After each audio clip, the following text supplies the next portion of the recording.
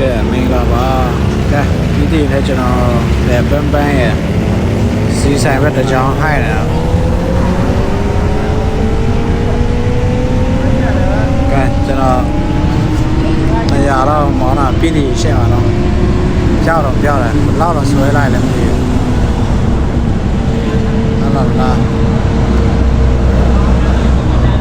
ဒီလိုမျိုးအနီအမျိုးအကွေ့မှာဆိုရင်ညလည်းမိုးမရွာတော့ဘာဖြစ်ဘူးလမ်းဆိုရင်တော့အဲ့ဒါတခါတည်းလိုက်ရင်အရှိန်များတော့ရင်ရှော့လေတက်တယ်ဒီမြို့ပြင်မှာပါလမ်းကကောင်းတယ်ဗျာဟာပြောက်တယ်နော်လိုက်တယ်နောက်မှနိုင်တော့လိုက်တယ်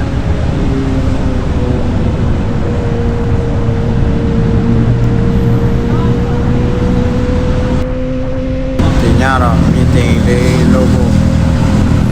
တော့ဖြစ်ပါတယ်ဆိုင်ကေဝါဒနာပါတဲ့ဒီကိုအကုန်လုံးလည်းပြခေါ်တယ်နော်